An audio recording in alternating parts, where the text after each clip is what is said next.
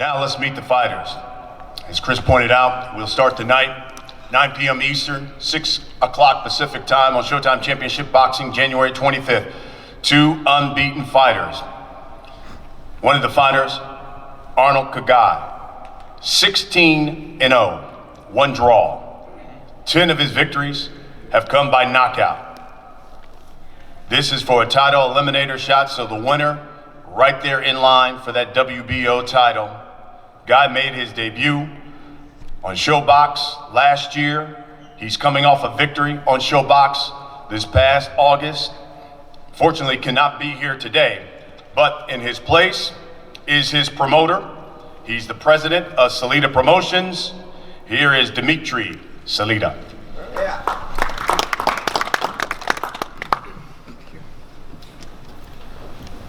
Thank you. We'd like to thank Showtime, PBC, and the Barclays Center for this opportunity.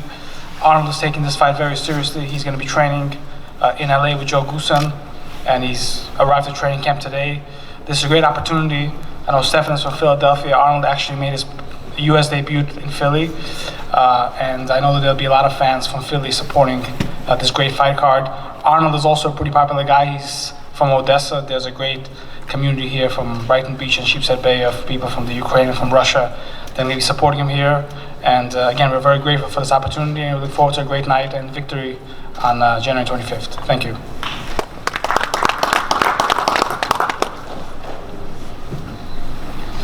Now let's meet his opponent. 17-0. 8 of his victories have come by knockout. Just 25 years old, out of that fighting city of Philadelphia. So you know he's Philly tough. Great amateur career. 3 knockouts in his last 5 fights. Coming off a knockout against Isaac Avalar, who was unbeaten, by the way. Dropped him with a vicious body shot.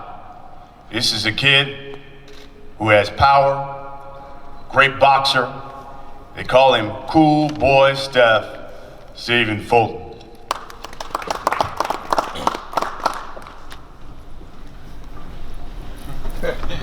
How y'all doing? Good. Thanks for having me out today. My name is Stephen Fulton, Jr., to be exact. I want to thank Al Heyman, Showtime, PBC, and all of you for coming out. Like he stated before, of course, I'm from Philadelphia. I believe he resides in Philadelphia as well, but you know, Philly bleeds, I bleed Philly, so it runs through my blood how I'm gonna carry on and go about this fight. As you know, I'm a little nervous right now. I had to warm up, you know. This is my first time doing this.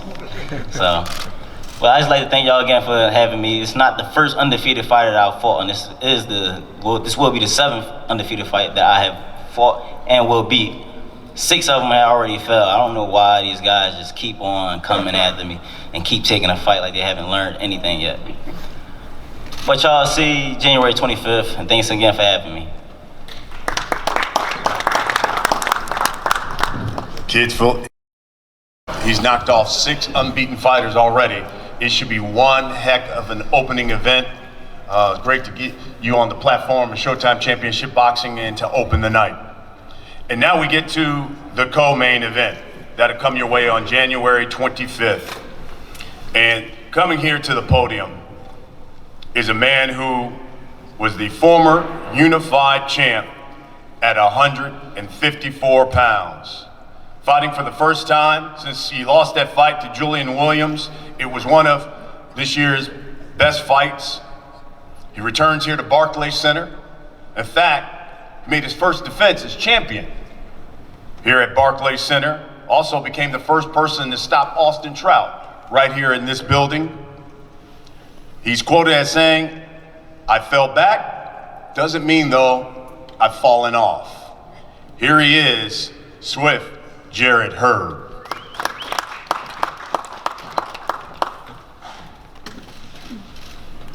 How's it going, everybody? First of all, I want to thank God, you know, for allowing me to be here. Thank Al Heyman, Showtime, PBC Boxing, the Barclays Center. And, you know, this is my first time doing the interview since my fight with Julia Williams. So, you know, I jotted down some bullet points to target all the questions that wanted to be answered. I may spend a little time up here, so.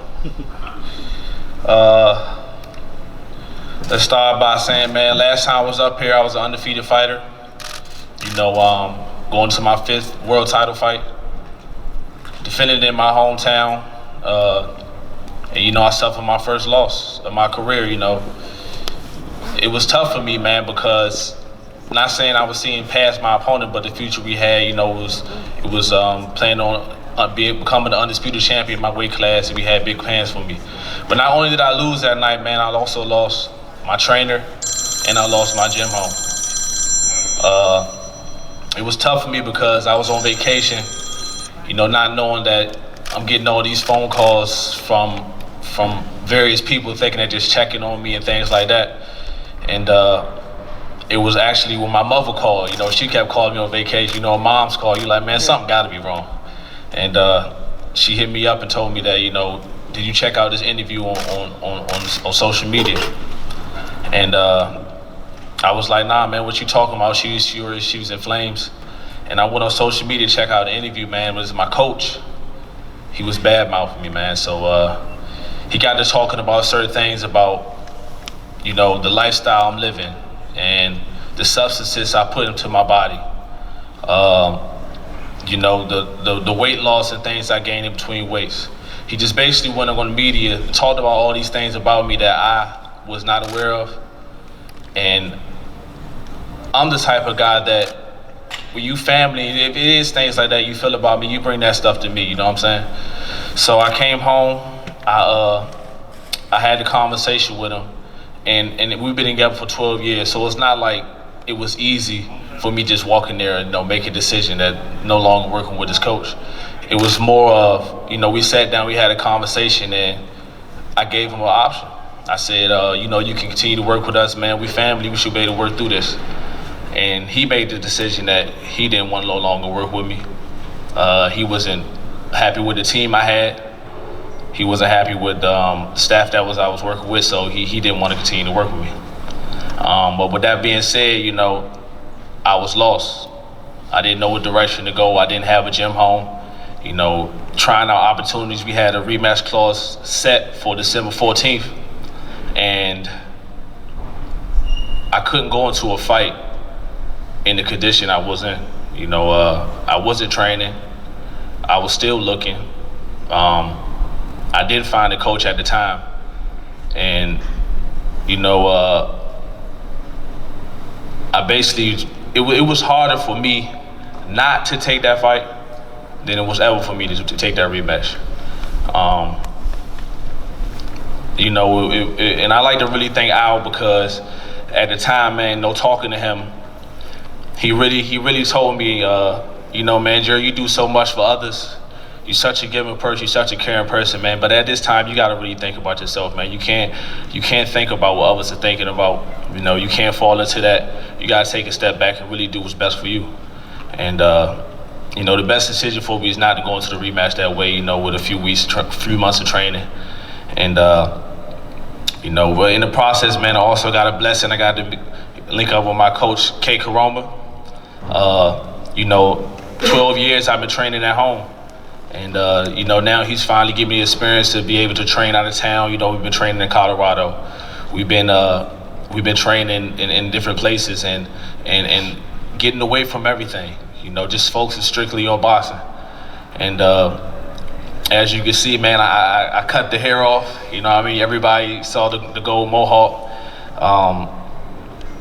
You know, it was just ready for a change for me. Also, I did this before Odell Beckham, for all you guys are thinking that.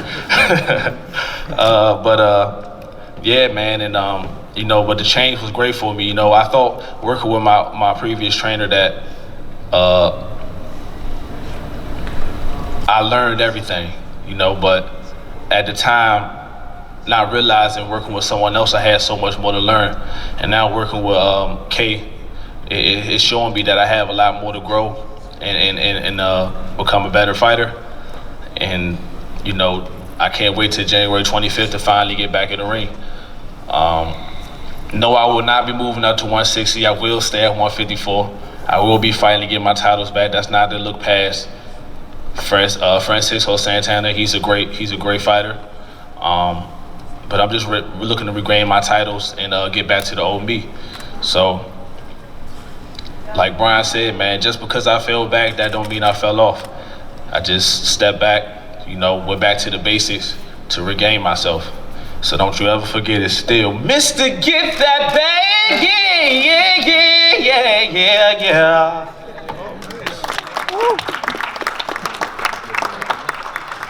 Thank you, Jarrett. Now let's meet his opponent. 25-7-1. 12 of his victories have come by knockout. All-action fighter out of Santa Barbara.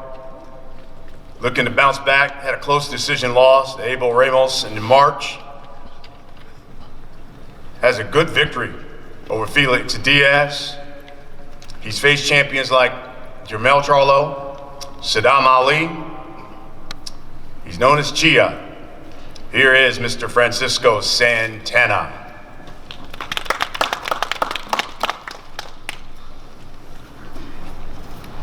How's it going? First of all, I want to thank God, thank Al Heyman, TGB Promotions, Louis de Cubas for the great opportunity. And I know that everyone in this room is giving me a zero chance come fight night. But it's okay. I mean, I read the comments, I read what people post on boxingscene.com, all that, that it's gonna be a massacre, this and that, but it's all good, There's 3 people that believe in me. That's Haas Janik, my buddy Chris J, and myself.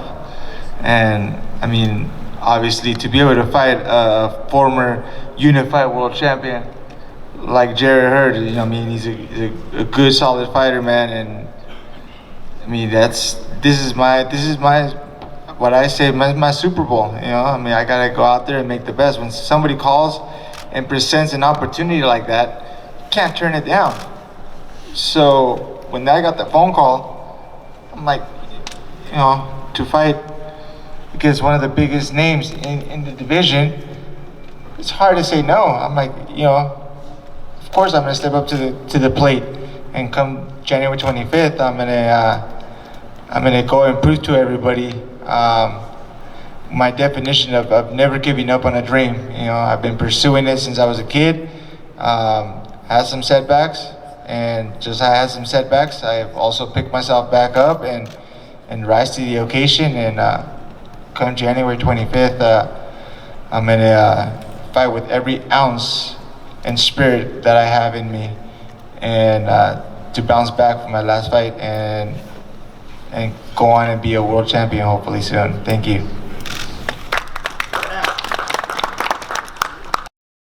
Now we get to the main event.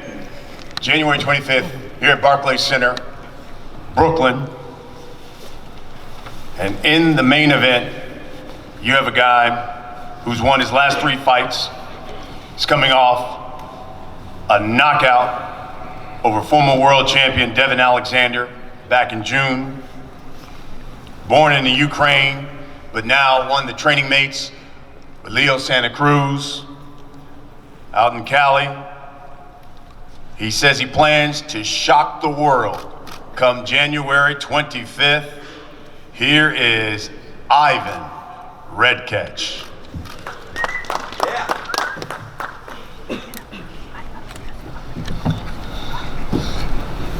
Хочу сказать всем здравствуйте.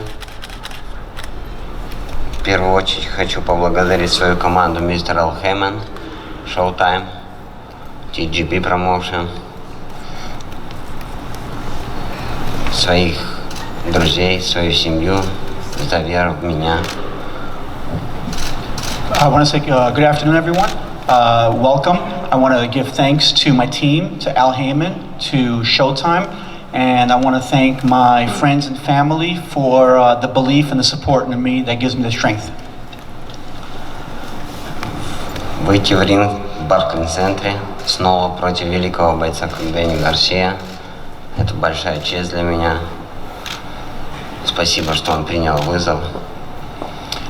This opportunity, fighting at Barclays Center against Danny Garcia, is a huge opportunity for me.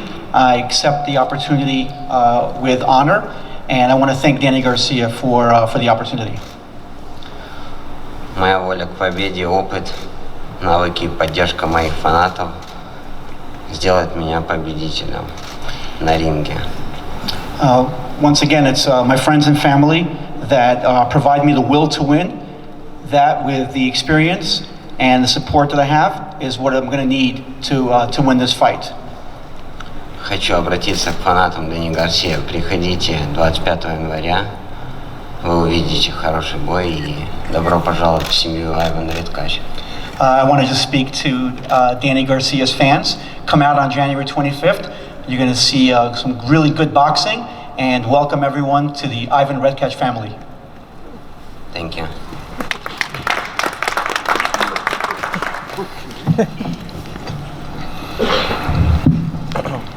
Ivan's opponent,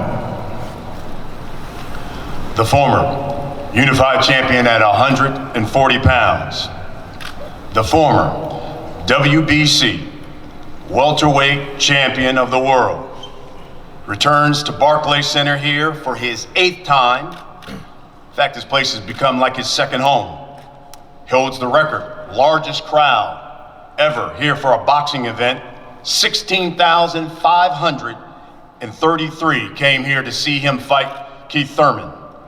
He's coming off a spectacular knockout over Adrian Granados. First, really, to knock him out. This will be his 9th appearance on Showtime. 35-2 with 21 knockouts. In fact, he says whenever he fights, it's the Danny Garcia show.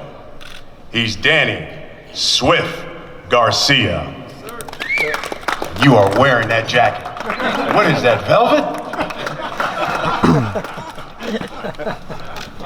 Y'all a bunch of fucking assholes.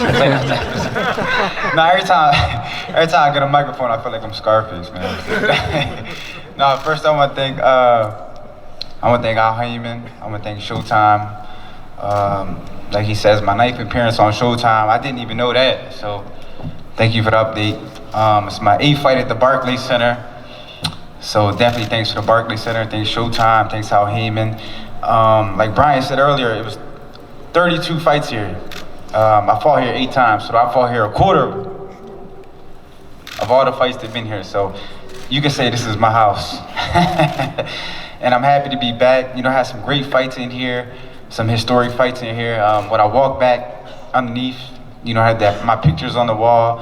You know, I'm like next to Jay-Z and next to DMX. So, you know, I'm next to Rihanna. So I feel blessed, man. I hold the record, 16,500 people. And come January 25th, it's gonna be another great night of boxing. It's gonna be the Danny Garcia show. I know Ivan's coming to fight. You know, I followed his career, he followed my career. So I know he's hungry. He wants to show the fans that, you know, he belongs at this level.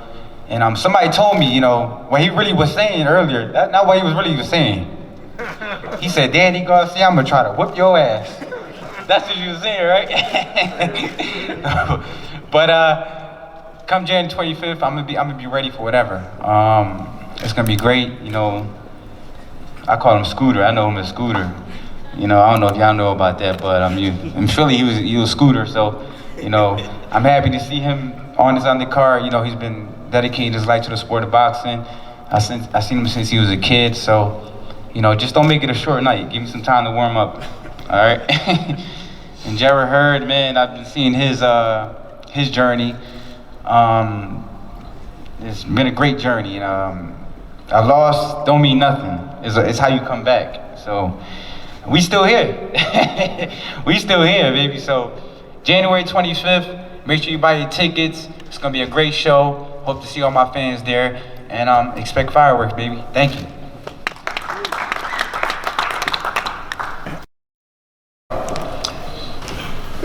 Steven, let's start with you.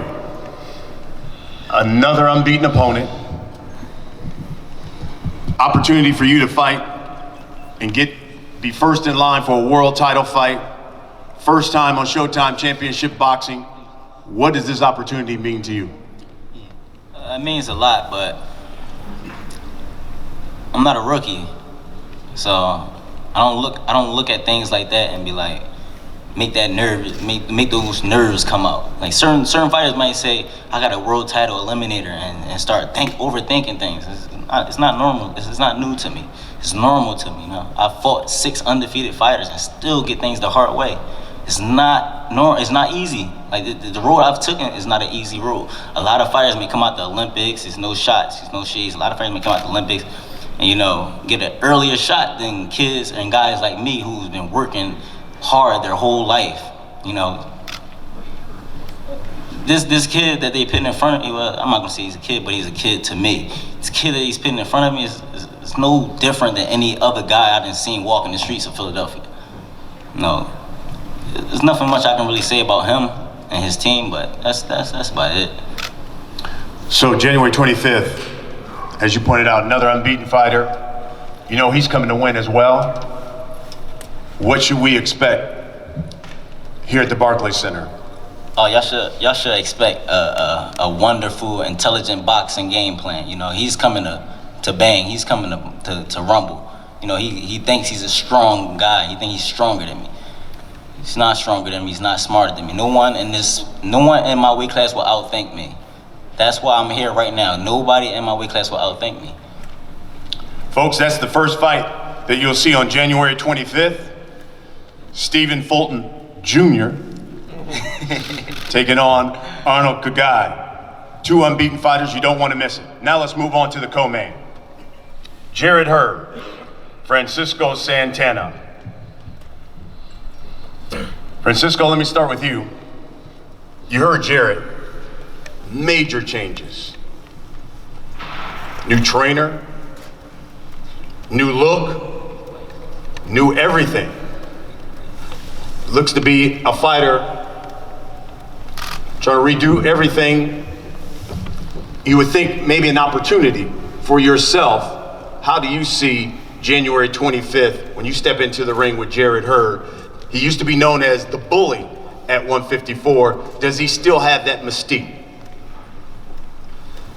Well, like you said, he got himself with a new team, and you know when a fighter feels refreshed, fresh, and stuff like that, of course he's going to come out strong. I don't expect anything less come January 25th. But this is new to me. You know, I've been close to being in big stages like this, but in this atmosphere, Showtime Championship, it's big. So this is new to me as well. So, like I said, when you get a phone call, because I'm a big welterweight, and people tend to forget that I used to fight at junior middleweight when I first started my career. I fought as heavy as a middleweight, but then yet I was self-trained. There was times where I would just fight in a couple weeks notice. I had random people, wrap me up. So I was just bouncing from gym to gym. Early on, I had no idea what I was doing until I met my coach, Haz Janik. Been together for about a decade now. And I want to say he's the first legitimate trainer that I've ever had. And like I said before, he is the missing piece to my puzzle, and he sculpted me to the fighter that I am today. And I've often said it's not how you start a race, it's how you finish it. My race, I'm still very fortunate that my race I still able to continue. And on fight night, I know it's not an easy task. I took on a big challenge, but I look forward to these big challenges because it'll test me as a fighter, as a human being, and I want to be able to prove to the world, but not just to the boxing world, but to my kids, that the definition of never giving up and pursuing your dreams. If you work hard at something, everything is possible. So come January 25th, I want to give that lesson to my children so that one day when they grow up, they said if their dad was able to do something, they can do it too. Jarrett, we heard your explanation. You know, a number of people in boxing would still say, if you were unified champion, you lose that fight, and you have an opportunity for the rematch, why not take it next? Why Francisco next? As opposed to getting J-Rock, have a new trainer, take the rematch and fight J-Rock. Cause like I said, man, you know, in the time when I was going through looking for a new gym home, looking for a new trainer, I wasn't in the gym, so you know, it just wouldn't have been a smart decision to make to go into the rematch that way. And you know, Santana was a guy, a name that was given to us, and you know, it was a style we was looking for you know, me having my first fight with my new trainer. You know, it was something we came together with and said that he's a good opponent for us. So nothing more to it but that, just not being in the gym and not being able to have no time to prepare for a rematch. When you look back on that fight with J-Rock, do you think, in hindsight, maybe you overlooked him? And I think a number of people want to know, are you a better fighter? Now that you've got a new trainer, are you a better fighter? And if so, in what way? I could never say I overlooked him, man, you know, because every title fight I took serious. But, you know, no excuse, man. J-Rock was a better man that night.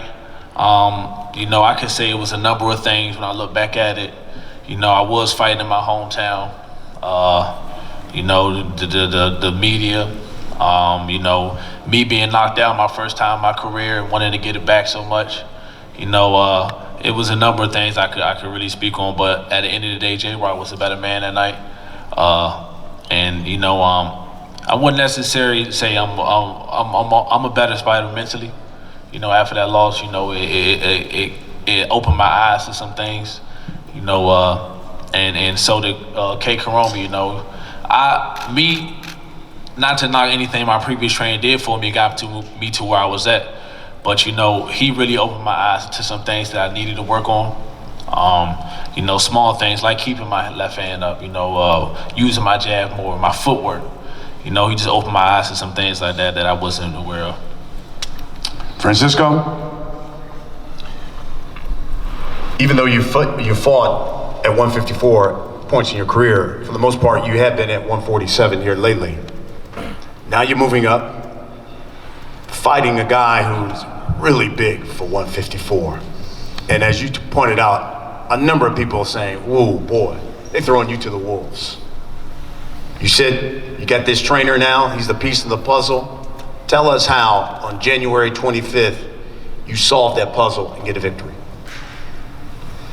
Well, yeah, you're absolutely right. He is the missing piece.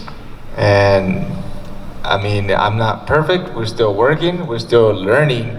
And the minute I stop learning, that should be the time of a sign that I need to hang him up. So I haven't stopped learning. I'm still learning. We're still working, getting better in our craft. And but like I said, it's a big challenge. He is the monster in the junior middleweight division. But I got a lot, you know. I mean, this is a great opportunity for myself as well. So sometimes you gotta face the big monsters, you know. And come fight night, I mean, you just tune in. You know, we're working hard. We're working with big guys, and may the best man win that night. Nice. Jarrett, so what should we expect on January 25th?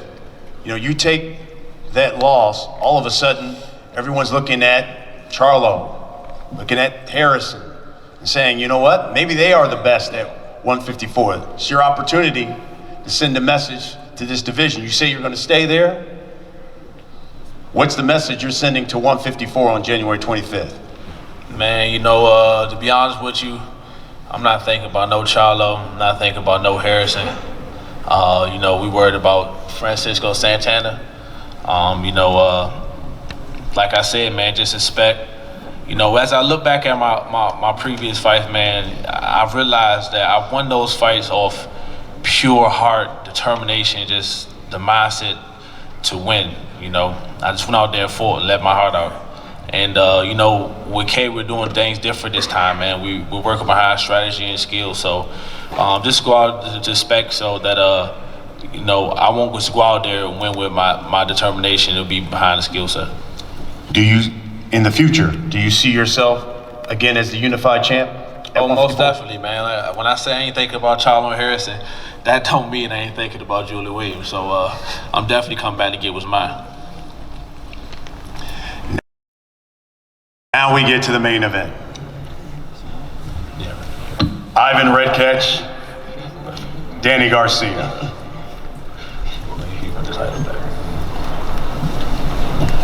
Ivan, I'll start with you. Some may have even questioned your ceiling. But then you knock out Devin Alexander, and all of a sudden, people are thinking about Ivan Redkach differently. What did that win against Devin Alexander do for your career? Что этот бой с Александром сделал для вашей карьеры? Для меня это был большой вызов. Я его принял с радостью, потому что я знал, что он великий боец. И я буду чувствовать себя с этим бойцом комфортно. Yeah, I took that fight very seriously. He was a strong opponent, and it elevated me to this opportunity right now. Danny, 8th fight here at Barclays Center. You always pack the house whenever you come here. Why is that? What is it about Barclays Center and you that this place seems to have energy? It's electric, and usually it's always an exciting night. I just feel like it's the, you know, the culture. You know, the culture of Brooklyn, I just fit right in with it. You know, they got real hip hop. There's a lot of Puerto Ricans everywhere. So it's my perfect market. And it just go together like 1, 2, 3. There was a lot of talk. Danny Garcia, Manny Pacquiao. Then there was, saw you and Errol Spence in the ring. We know Errol's still recovering from his accident. Now you're fighting Ivan Redkach. Any reason why Redkach, considering he's southpaw and those guys are obviously big time southpaws? Yeah, definitely. You know, my mindset was fighting Spence. January 25th, that was my mindset. That was my day. So my mind was already set for this day. And, you know, when that happened, I just, you know, I'm glad he's okay. But, you know, the show must go on. But if they're better, you know, if Pac-Man wants to fight me, or Spence wants to fight me, you know, I'm ready for whoever. But for now, like you said, Redkach makes a lot of sense because he is a southpaw, and I'm gonna be fighting a southpaw. You know, after I get this victory, then I'll already be ready for a southpaw. So it's all about putting the game plan together. Ivan? So in other words, sounds like he's looking at you saying, hey, look, this is my tune-up for a big one. You're southpaw. I need to fight southpaw because I can see really big things in my future. How do you see this opportunity then, if that's the case? Дэнни сделал смелый выбор, что выбрал меня. Мы покажем отличный бой, обещаю вам. In that case, Danny made a mistake by picking me because I'm going to show a great fight, and we'll see what happens. What has training with Leo Santa Cruz done for you and in your career? How has it changed you as a fighter? Что вы работали с Лео Санта Крус, как это поменяло вас как бокс? Это большая мотивация для меня тренироваться с таким чемпионом, как Лео. И сейчас я тренируюсь под руководством Джека Мозли. It was actually great motivation to train with a champion like Leo Santa Cruz. Right now, I actually have the pleasure of training with Jack Mosley. Danny, he basically said you've picked wrong. He's a dangerous guy. What's your response to that? And that's why we picked him. We picked him because we knew he was going to be tough. We knew he was going to be a good challenger. I never said I was overlooking him. I never said that. I'm training hard for this fight. Like all my fights, like all my big fights. To me, this is a big fight because I can't overlook him because this could ruin everything. I have to go out there and show the world why I'm still one of the best pound-for-pound fighters in the world. and that's how we're training. That's how we're taking it day by day, and we're gonna be ready for whatever comes that night. Ivan, you're quoted as saying, "I'm going to shock the world January 25th." Tell us how you shocked the world on the 25th of January. Just knock him out. I think y'all understood that. Danny? I heard it all before. They all say they're gonna knock me out, but it turns out to be the other way around. And we'll end with this. Where do you see right now, when you look at the hierarchy of the welterweight division, probably the toughest, one of the best divisions in boxing, where is Danny Swift Garcia? I always feel like I'm the best. I'm always in the mix, baby. I'm always gonna be there. They need me. I don't need them. They need Danny Garcia. They need Danny Garcia to sell. Like they said, Porter can't sell. They need me. So I'm one of the best fighters in the world.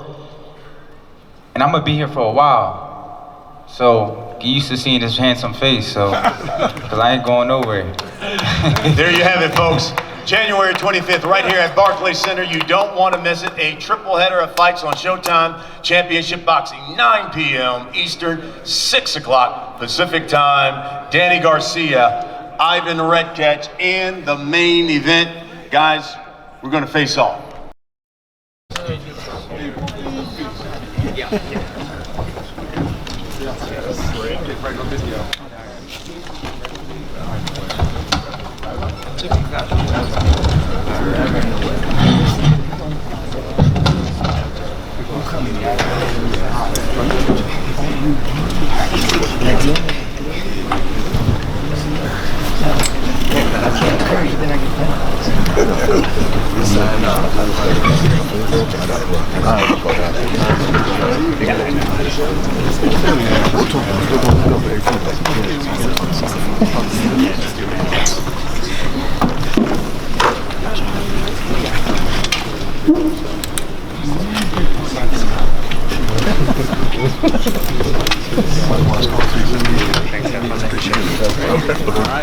Hey, Ivan.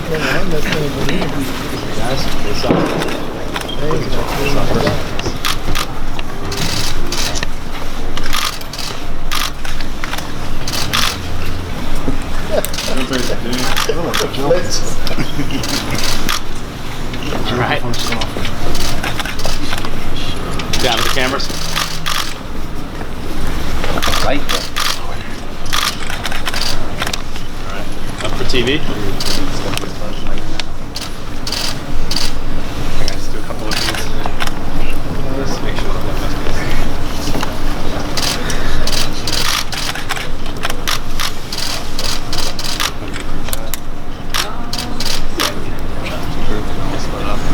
guys, if they hang tight. Let's just do a group shot with you guys. Come in. Jarrett.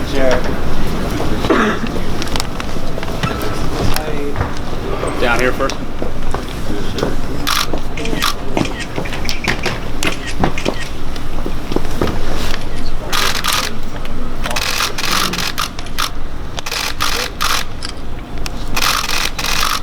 Up for TVs.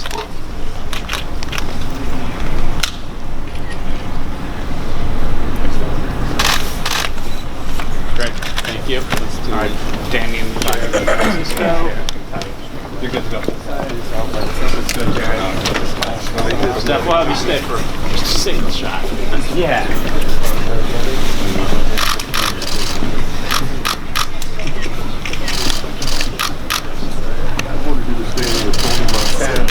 Oh yeah, Jared. No. I got to stay forward. Brought a lot of curvy and find bad Okay.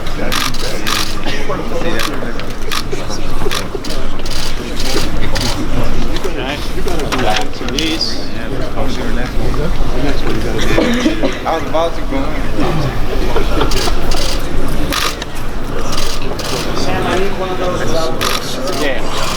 Keep looking up stuff. straight back to the TV camera.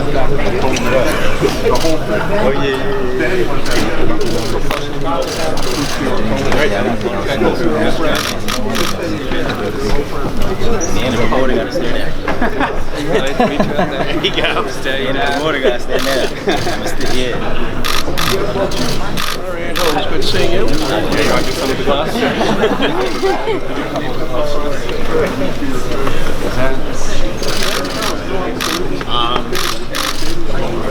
Must be able to stand on.